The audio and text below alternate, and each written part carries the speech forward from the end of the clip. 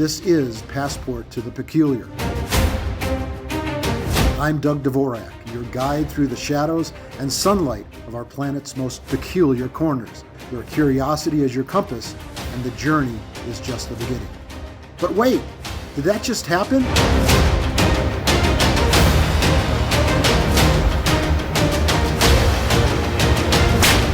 Doug Dvorak just landed in Denver, DIA, Denver International Airport. I'm your host and podcast navigator for our 4th episode of Passport to the Peculiar. Over the next couple days, I'm going to be accompanied by Brad of Brad's Tours of Colorado for some incredible sights. We're going to be starting at Rocks Amphitheater, started in the 30s under FDR and the New Deal, built by the CCC, Civilian Conservation Corps, then over to Dinosaur Ridge, to see some incredible dinosaurs that were discovered in 1893. Those bones and fossils sent over to Yale University, and a great place for fossils and footsteps of some distant relatives perhaps. Then over to the 40-foot blue bear at the Colorado Convention Center. Then from there downtown by 4:20 for our sermon at the International Church of Cannabis. From there we're going to go over to Meow Wolf. Meow Wolf is a 90 square foot interactive electronic arts and digital experience to be immersed in some really cool artwork and digital experiences there. From there, we're going to go over to Casa Bonita. If you're a South Park fan like I am, you've seen that episode purchased in 2021 by Matt and Trey, the creators of South Park. And then from there, we're going to have dinner at Buckhorn Exchange, the oldest restaurant in Denver. Many American historical figures, including Teddy Roosevelt, ate there. So check us out, Passport to the Peculiar, Carpe Travel.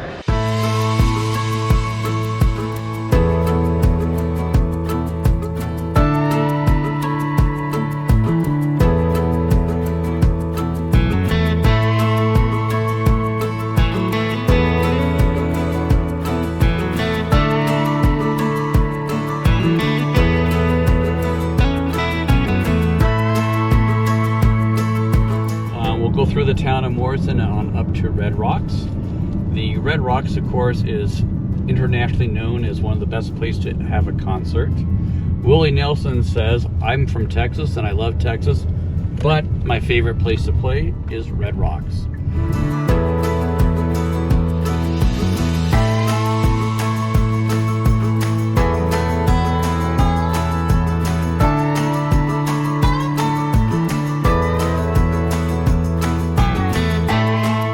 Walking into Red Rocks Amphitheater in the town of Morrison, where John Wayne originally came to learn how to be a cowboy and had a prolific career as a Western movie star. Beautiful.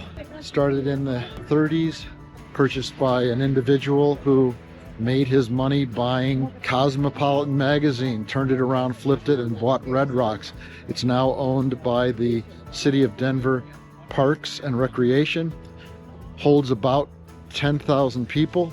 John Denver made it famous in the mid-70s with Rocky Mountain High, one of the only artists who ever booked 4 sold-out shows in a row.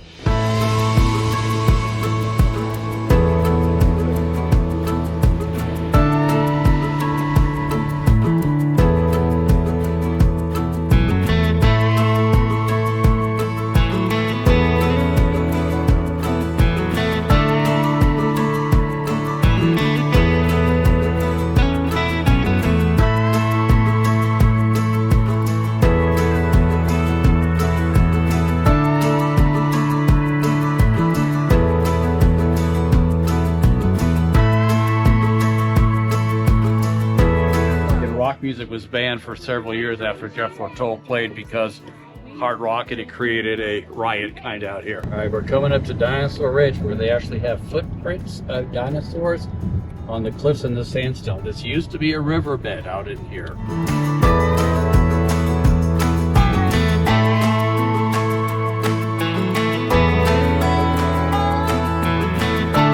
I was telling people this whole area used to be more like Florida.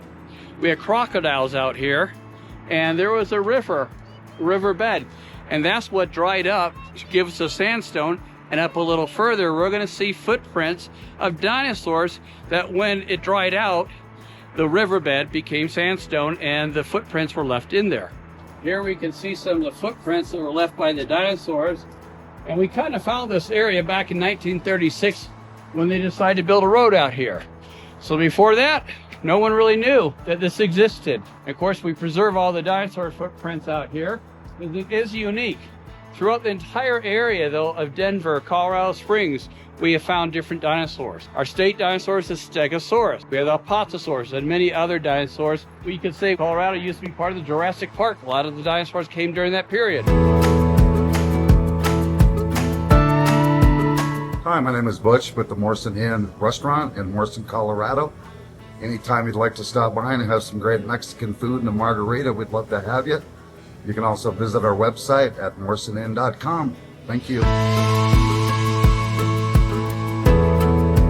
Blue Bear at the Colorado Convention Center. Brad, why don't you tell us a little bit about Blue Bear? So there was a gentleman called Lawrence Argent. He was an art professor at Denver University, and he was commissioned by the city commissioner to come up with something that was truly from Colorado. And he kept thinking, oh, this has been done before, this hasn't been done before, this has been done before. And he finally saw a bear looking through a window in a cabin. He said, that's a great idea. So he's going to make a bear, and it's going to become, kind of have the colors of Colorado sandstone, some reddish in it, some white in it from the sandstone that we have out here. Well, what happened is his printer malfunctioned, and it came out blue. And the city commissioner said, this is crazy, we don't want it. He said, I want it. He fought for it. And this is what we got now. He won. We have the Blue Bear right in front of the convention center. He's looking in and he's saying, I see what you mean. He's supposedly gaining all this knowledge about all the people that come from the conventions here that go through. However, I'd say he might be hungry and might be looking for some humans. Anyway, so education through osmosis probably is second most important focus. Number one is finding some juicy humans to eat.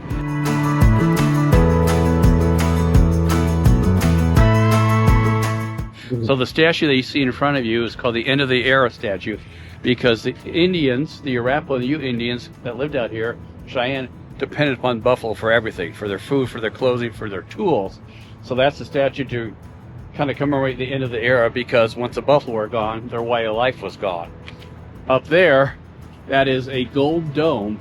Originally it was copper, but of course we're known as a gold state. In 1858 and 9, we found gold out here. And in 1908, the miners decided they're going to donate 200 ounces of gold, and they gold leafed it up there. And it's been redone every 20, 30 years. Rumor is that when they first put it up, when they had a serious thunderstorm, people would get down below the gutters and see if they could get any gold off of the gutters coming down from the dome. Anyway, that's our state capitol. Everything that they could have gotten from Colorado, they did. The granite that you see in the outside building, white marble, and of course the gold.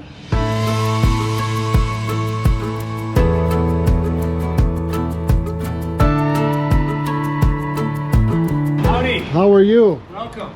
I've come from Idaho to be saved. Is this your first time here? First time here. They don't have a church of cannabis in Idaho? We do not. Okay. All right. Well, welcome. We were founded on 4/20 of 2017.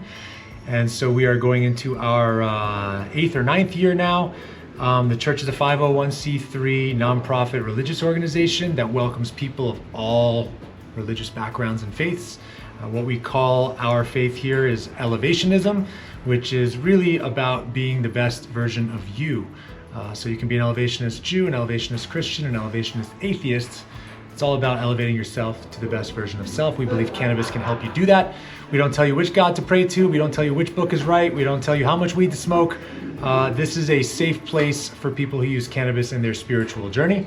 And you guys are walking into the only church in the world that allows its congregation to smoke weed during services. Going into the light show at the International Church of Cannabis, and guess what time the show starts? 4:20.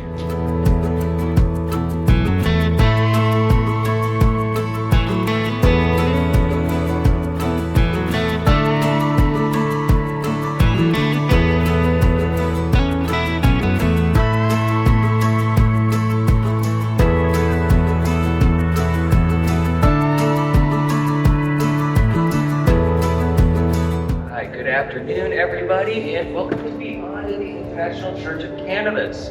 My name is Nathan. I'm a member at the church, and if you'd like to get more comfy, you can lay down wherever you like. You do lay down on one of the pews. You just ask to take your shoes off. Other than that, settle in and we'll get the show started.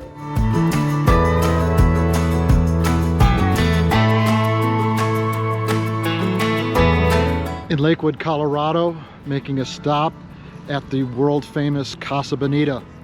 Casa Bonita was purchased in 2021 by the creators of South Park, Matt Stone and Trey Parker.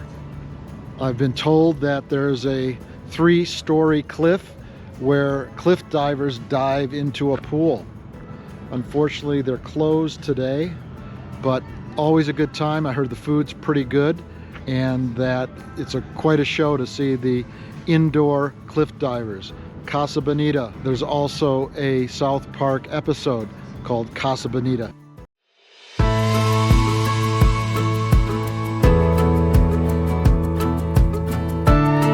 And rattlesnake and God knows what else. Ladies, how are you? We are excited. Could you tell us a little bit about the restaurant? Sure. Well, the Buckhorn is the oldest restaurant in Denver, and the restaurant is turning 132 years old this November. And we have the first liquor license in the state of Colorado. We have over 500 animals and 200 guns.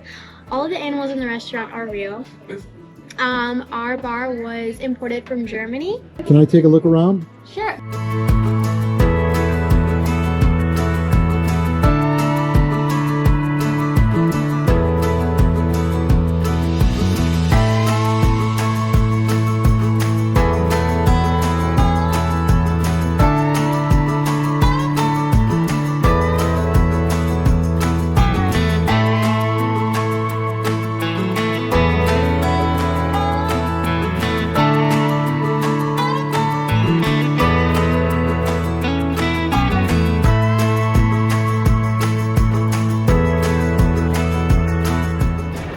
At DIA, Denver International Airport, finished 2 days of exploring Denver and the surrounding areas for all things peculiar.